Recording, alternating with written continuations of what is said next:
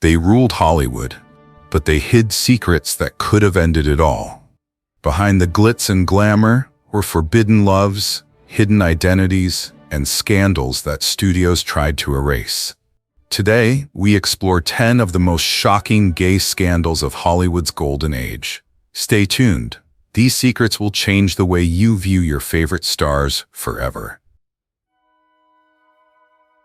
James Dean had intimate relationships with both men and women. Dean tragically died at the age of 24 in 1955 and is still remembered by millions.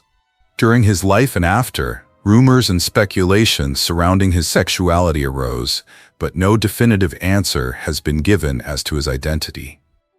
Since the 1970s, several books have attempted to shed light on the actor's private life. One of these is The Real James Dean, written in 1975 by Jonathan Gilmour, a close friend of Dean's.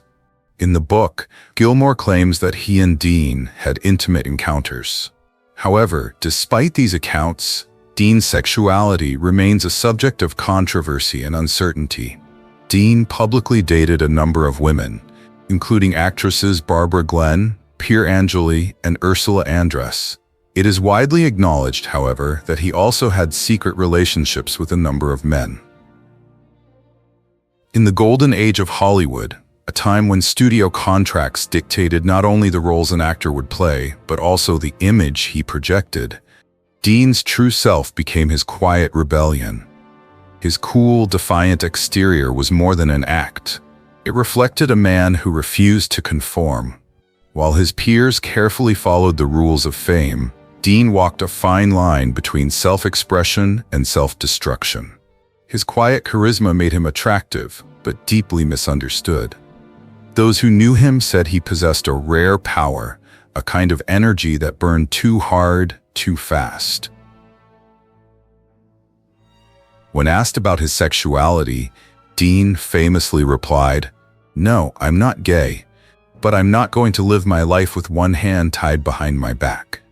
It was a statement that stunned the press, not just because of what it implied, but because it dared to reject the labels that dominated Hollywood. Dean's relationship with the writer William Bast, his roommate and close confidant, added to the mystery. Bast later described their relationship as complicated, emotional, and sometimes romantic, an intimacy that blurred the lines between friendship and love. Elizabeth Taylor, his co-star and trusted friend, once revealed that Dean had confided in her about being sexually abused by a priest after his mother's death, a trauma that may have fueled both his instability and his tenderness.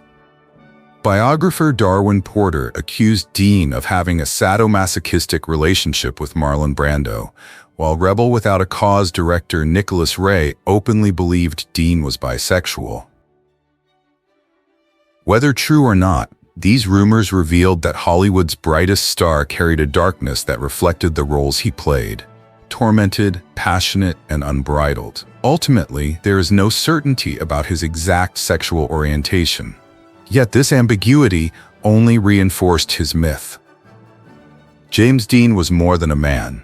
He became an idea, the face of rebellion, desire, and freedom in an era built on repression. His eyes told the story of millions who could not tell their own. And perhaps that is why, decades later, his legacy still shines, not just as a youth icon, but as the gay icon of all time, according to the Gay Times Reader's Choice Awards.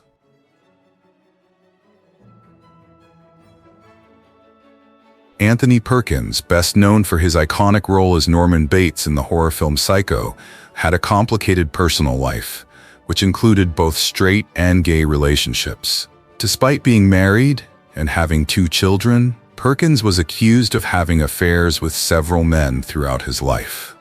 One of his most notable romantic relationships was said to be with actor Tab Hunter.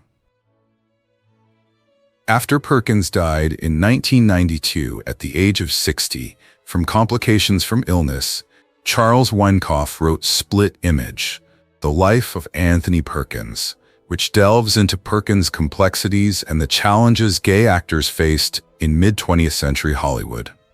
One of the book's main themes is the secret lives of many gay actors. The book depicts the secret trysts arranged with stars for magazines and the constant fear of being exposed by scandalous publications.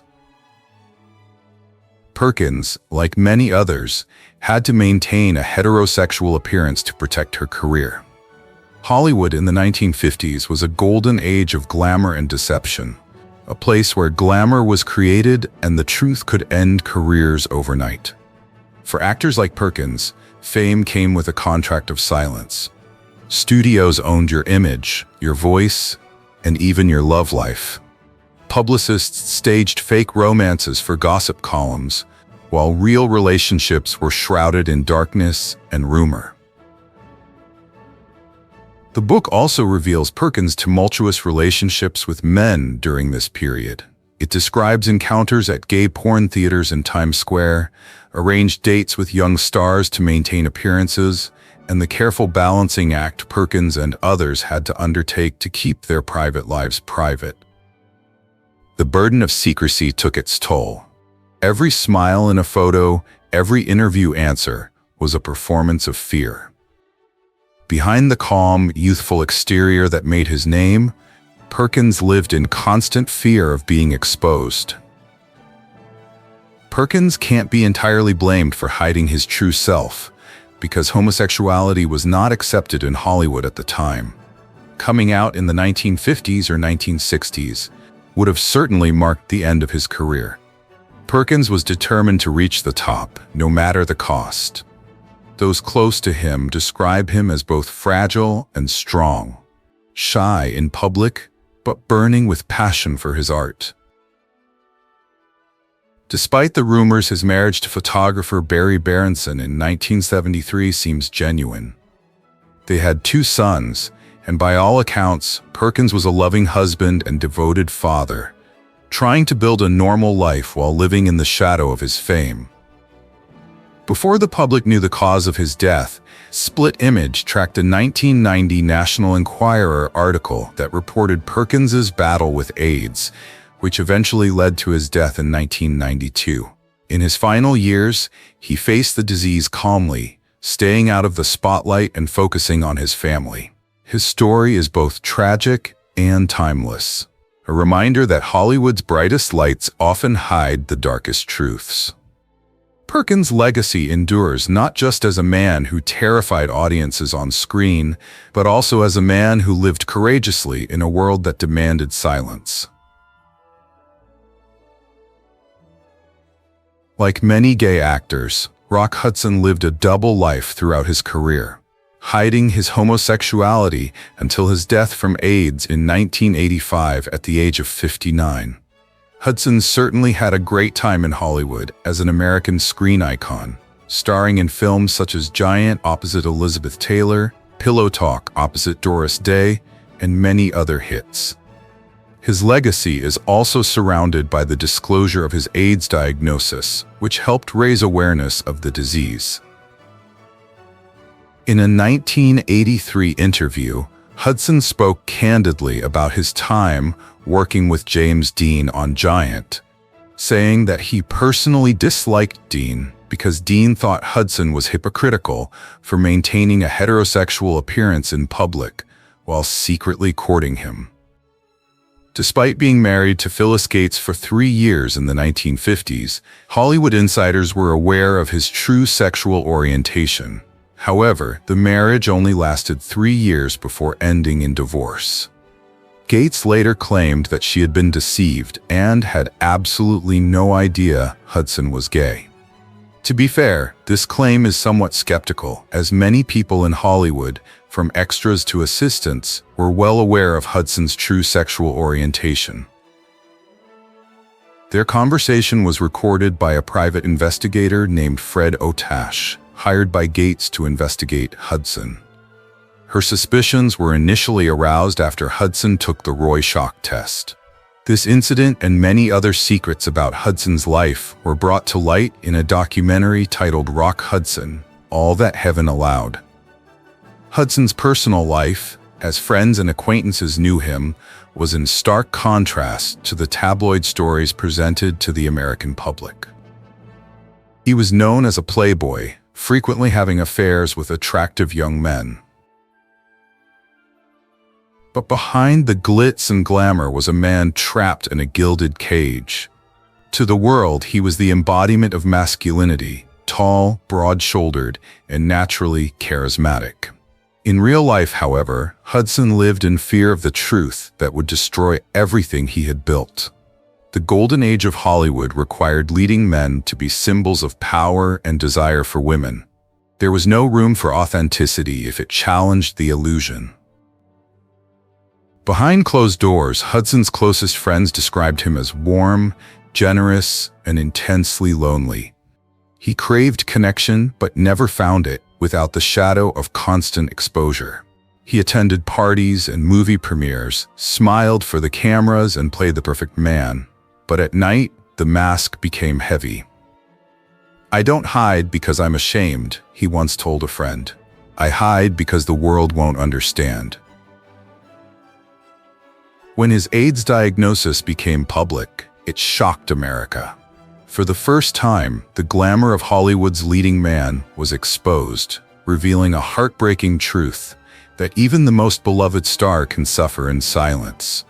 His courage in the face of the disease helped humanize the pandemic, bringing his tragedy to the public. In death, Rock Hudson achieved what Hollywood had long denied him in life: authenticity. His story remains one of the most haunting reminders of how fame can both elevate and imprison you. Beneath the tuxedo and movie poster lies not just a legend, but a man who dared to love in a world that forbade it.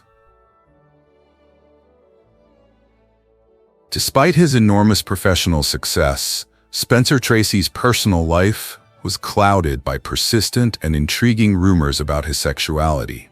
Rumors he may have kept hidden because of his devout Roman Catholic faith. That faith played a role in his complicated marriage to Louise Treadwell.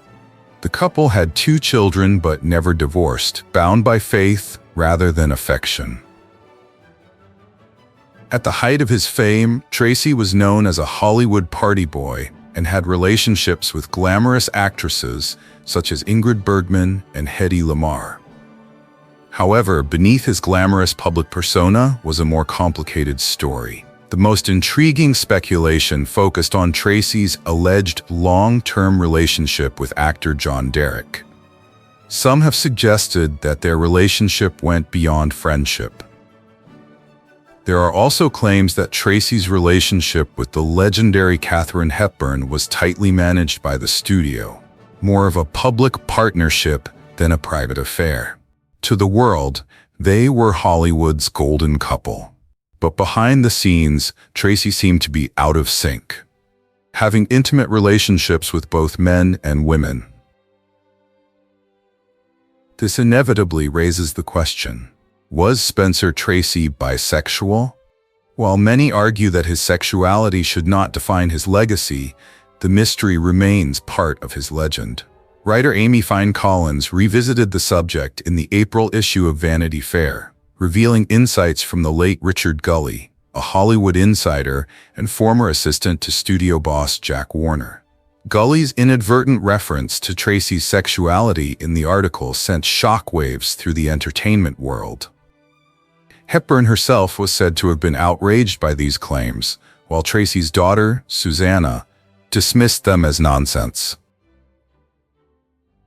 However, Tracy was known to be a deeply complex man, with periods of depression and inner turmoil.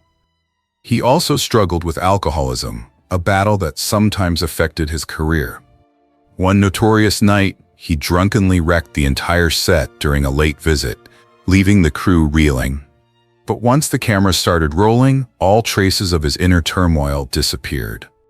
On screen, he was a prodigious talent, a man who completely immersed himself in his character. His colleagues recognized his talent. Humphrey Bogart once said, "Spence is the best we have because you don't see how he works." And indeed, Tracy's magic was effortless. But behind that magic is a man at war with himself, a man trying to reconcile faith, fame, and truths he can never speak. Cary Grant's love life has long been a subject of intrigue and controversy, a mystery that has endured for decades. The handsome, immaculately dressed leading man, whose charm and sophistication defined Hollywood's golden age, lived a life that blurred the line between a public image and private truth. Grant first met actor Randolph Scott in 1932 on the set of Hot Saturday. The two became fast friends and soon began living together in a large Los Angeles mansion, affectionately nicknamed Bachelor Hall. For nearly 12 years, they shared the house, a fact that surprised Hollywood. Despite his public image as a suave, gentlemanly man admired by all women, rumors of Grant's relationships with men quietly circulated in the industry. Their friendship, or love, depending on who you ask, became one of Hollywood's most talked-about secrets. 1930s fan magazines showed the two posing together in swimsuits, laughing on the beach, or relaxing by the pool. Their chemistry was undeniable, and their happiness shone through in every photo. To the outside world, it all looked easy, two single men enjoying the good life. But to those who knew Hollywood's hidden truths, the photos told a deeper story. In a groundbreaking 1986 interview with Barbara Walters, Grant made a rare and cryptic comment about his sexuality. "Everyone says I'm gay," he said with a smile. "And I guess I am, but I really don't know."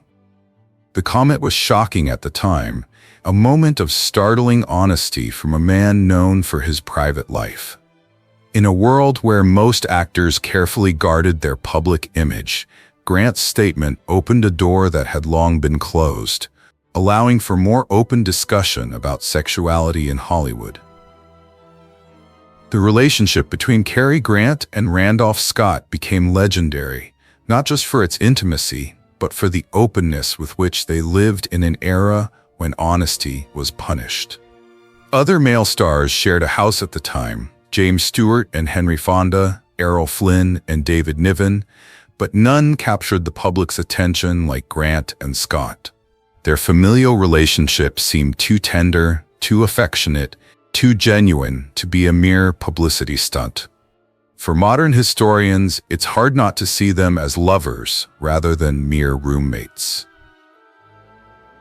Biographer Charles Hyam rekindles the conversation with his book The Lonely Heart, which delves into decades of speculation surrounding Grant's sexuality.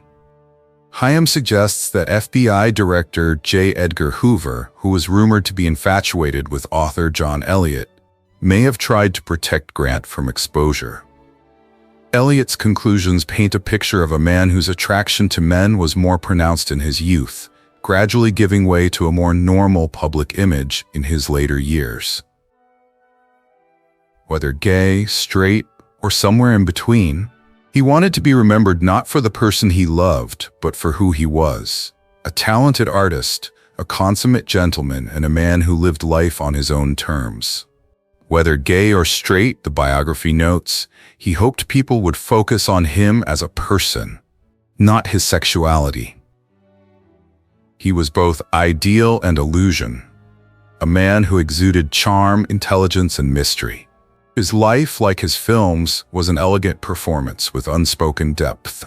To this day, the truth of who he was continues to fascinate and inspire, reminding us that even the brightest stars often shine behind a veil of secrecy.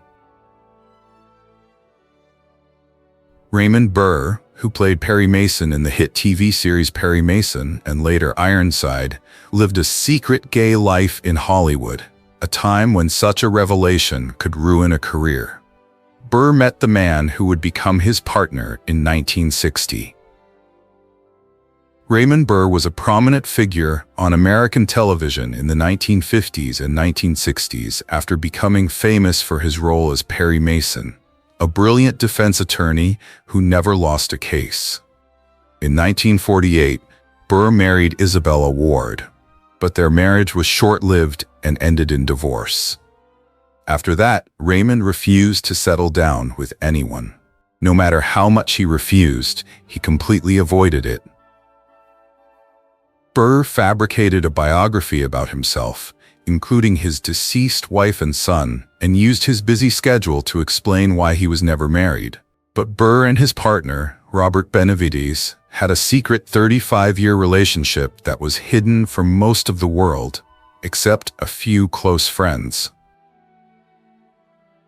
During the production of the 1960 film Perry Mason, Burr met actor Robert Benavides, and the two formed a deep and lasting bond, remaining together until Burr's death in 1993.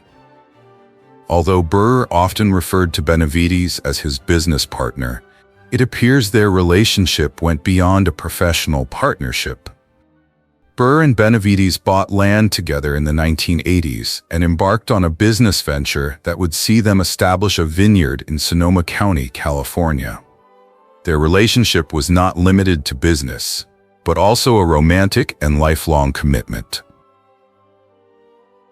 Throughout his career, Burr had a unique approach to handling questions about his personal life, especially his sexual orientation.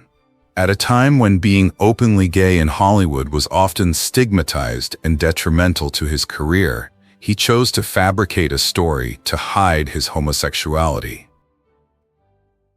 And when asked why he hadn't remarried, and a reporter reminded him that he had no one to go home to, he replied, "It's a good thing I work 18 hours a day and sometimes I don't go home from the set." Burr often slept on the set rather than going home, which made it easy to cover up his affairs, because seeing him and Robert together on set could easily suggest that they were working together. Even a fictional son and wife who died were part of his strategy to distract attention from his personal life and maintain his public image. And it's not to say that any of the women were romantically involved with Raymond. Despite his image building, Burr was known as a likable figure in the industry, and he found happiness in his long-term relationship with Benavides, a partnership that was both personal and professional.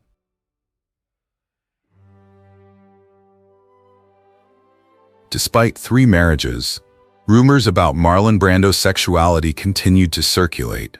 Many believe that Brando may have been bisexual, and one of the most persistent rumors was his affair with James Dean. Allegations in Darwin Porter's biography, Brando Unzipped, claimed that Brando had intimate relationships with Hollywood legends such as Cary Grant, Montgomery Clift, and Sir John Gielgud.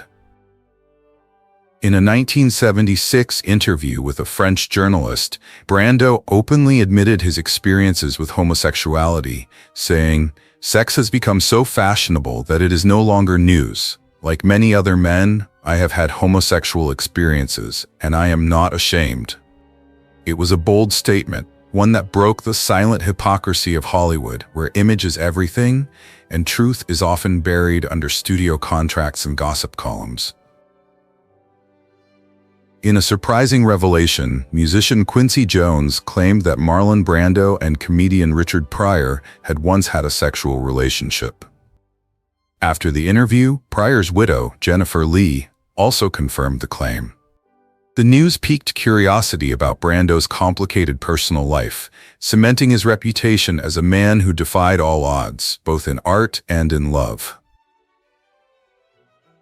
In Darwin Porter and Danforth Prince's book James Dean, Tomorrow Never Comes, it is reported that Brando had a dominant, submissive S&M relationship with James Dean.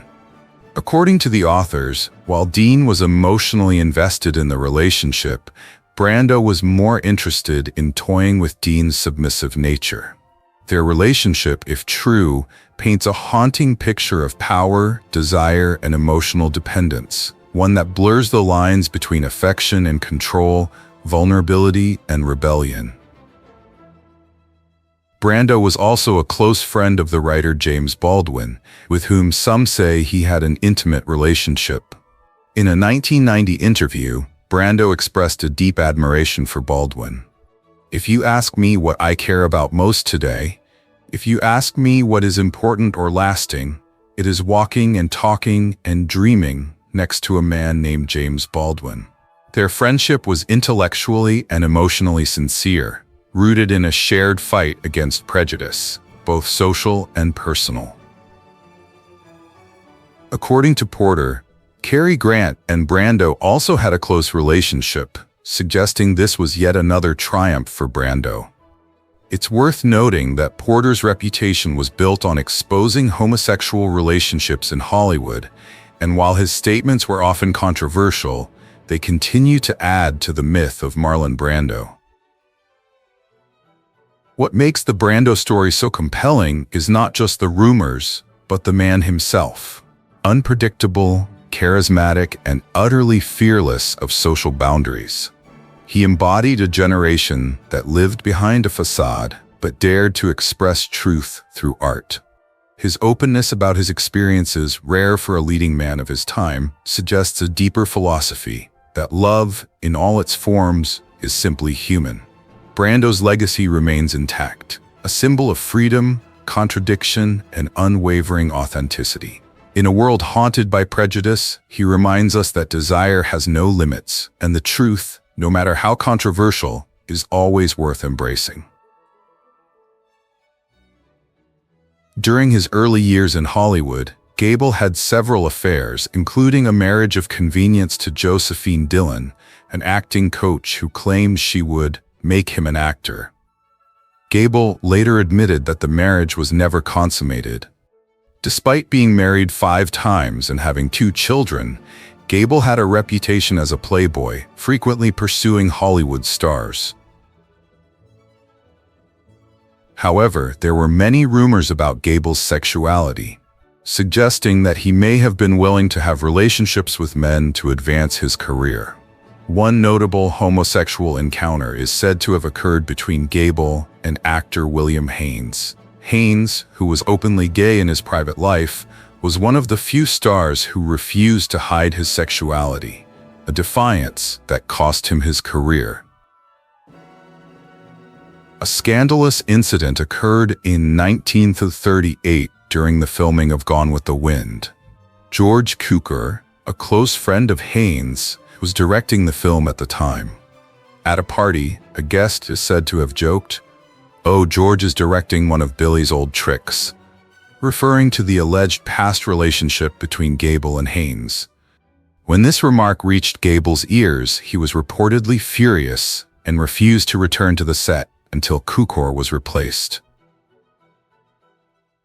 Gable's first possible homosexual relationship is said to have occurred while he was working for a traveling acting troupe, when he had an affair with actor Earl Larimore.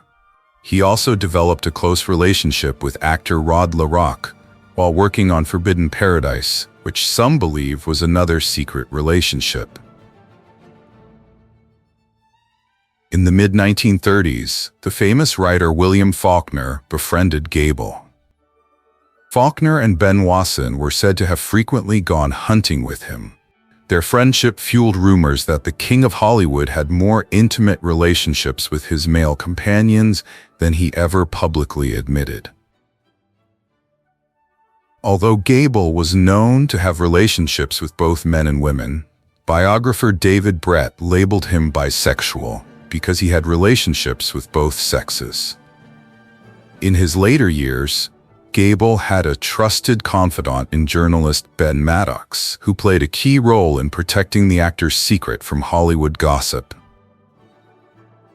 Despite his many affairs and marriages, Gable is best known for his marriage to actress Carole Lombard, the woman he considered the true love of his life. Their relationship was heartfelt, filled with warmth and humor, until her tragic death in a plane crash in 1942 completely destroyed him. Gable's final film, The Misfits, paired him with Marilyn Monroe and his gay co-star Montgomery Clift. On set, he is said to have had a deep, almost fatherly connection with Clift, a man whose inner struggles with personal identity mirrored Gable's own hidden complexities. Behind the charm and masculinity that defined his on-screen persona, Clark Gable harbored secrets that reflected the contradictions of Hollywood's golden age, a world where love was real, but the truth could never be told.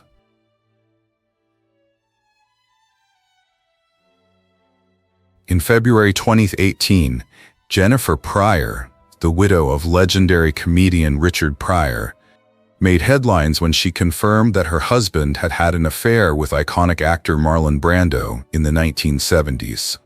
The revelation reignited public curiosity about Pryor's wild, unpredictable life and his fearless candor about who he was. The topic was revived after Quincy Jones' comments in an interview with Vulture, in which Jones casually mentioned Brando's relationships with several famous men, including Pryor. Jones once joked, "He'd fuck anybody. Anyone. He'd fuck mailboxes, James Baldwin, Richard Pryor, Marvin Gaye." These comments sparked widespread curiosity and debate about the sexual relationships of Brando and Pryor, both of whom were known for pushing boundaries in their careers. Jennifer Pryor confirmed Jones's claim, asserting that Richard never hid his sexuality from their close friends. She explained that Pryor was very open about his experiences and considered them part of his growing up, not something to be ashamed of. Jennifer told TMZ that Pryor documented many intimate relationships with men in his private journals, detailing the chaos, humor, and vulnerability that shaped his life. She also offered a light-hearted commentary on the drug-fueled freedom of the 1970s. It was the 70s. Drugs were still good, especially Quaaludes. If you did enough cocaine, you'd have sex with a radiator and send it flowers in the morning. Her words reflected the raw, unfiltered nature of the era, a time when creativity and self-destruction often went hand in hand, and love, in all its forms, was rarely defined by rules. For Pryor, life was performance art, unpredictable, wild, and painful. Known for his groundbreaking comedies which tore apart racial and social taboos, he was equally daring in his personal life. Friends often described him as a man of contradictions, brutally frank yet deeply sensitive, bold on stage yet introverted in private. His willingness to be authentic, even amid controversy, made him one of the most courageous artists of his generation. Jennifer and Richard's marriage, marked by breakups, reconciliations, and a deep, unspoken bond, reflected that same turmoil and devotion. They married twice, first in the early 1980s and again in 2001, and remained together until Pryor's death in 2005. Despite the storms, Jennifer stood by him through addiction, illness, and scandal. "We understood each other in a way no one else could," she once said. "He was flawed, but he was real." Ultimately, Richard Pryor's story isn't just about sex. It's about freedom. The freedom to love, to experiment, to fall apart, and to rise again. His life and humor are a testament to a man who refused to live up to society's expectations. Whether on stage or off, Pryor was always himself, raw, vulnerable, and genuine. And in that genuineness, he became not only a legend, but also a symbol of courage in an age that demanded conformity. The four-time Oscar-nominated actor kept his love life private, staying out of the limelight. Unlike many of his Hollywood peers, Clift lived in New York, keeping his private world hidden from public scrutiny throughout his career. Apparently, Clift was once rumored to have had a will they or won't they relationship with Elizabeth Taylor, but Hollywood insiders were aware of the rumors surrounding Clift's interests, which were not strictly heterosexual. In her memoir, Debbie Reynolds recalls Clift and Taylor getting intimate, noting that Monty had both boyfriends and girlfriends. She says, although Monty had both boyfriends and girlfriends, it was clear that he and Elizabeth were intimate. Elizabeth could seduce any man, gay or straight. The documentary Making Montgomery Clift takes a different perspective on the actor's life, sifting through the family's vast archives to present a different story. Jack Larson, one of Clift's close friends, recalls Monty's carefree nature and says he never worried about being gay. Larson notes that Clift had a great sense of humor and was completely different from the tormented image often portrayed to the public. In a recorded phone call with Monty's brother Brooks, their mother, Ethel Fogg Anderson, casually mentions that Monty had come out as gay at a very early age, perhaps as young as 12 or 13. It was an open secret in the family, one that Monty accepted with quiet respect. Even in his on-screen roles, Clift was known for pushing boundaries. In the 1948 film Red River, he and co-star John Ireland engaged in daring, suggestive flirtations, moments that critics now consider among the first subtle expressions of gay identity in classic Hollywood cinema. Clift never shied away from complexity. His performances were genuine, emotional, and often down to earth. He didn't just act. He revealed pieces of himself through each character he played. Clift was less outspoken than some of his gay contemporaries, such as Rock Hudson, and he felt comfortable being himself, even when it meant being misunderstood. Throughout his Hollywood career, he remained an outsider, rejecting long-term studio contracts, rewriting his dialogue to be more authentic, and traveling between New York and Los Angeles to avoid the toxic glare of fame.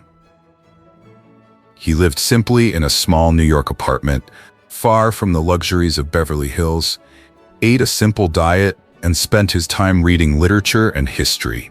Friends often described him as deeply introspective, a man torn between brilliance and pain, between beauty and sadness. Though his life was marked by struggle and tragedy, his art left an indelible mark on cinema.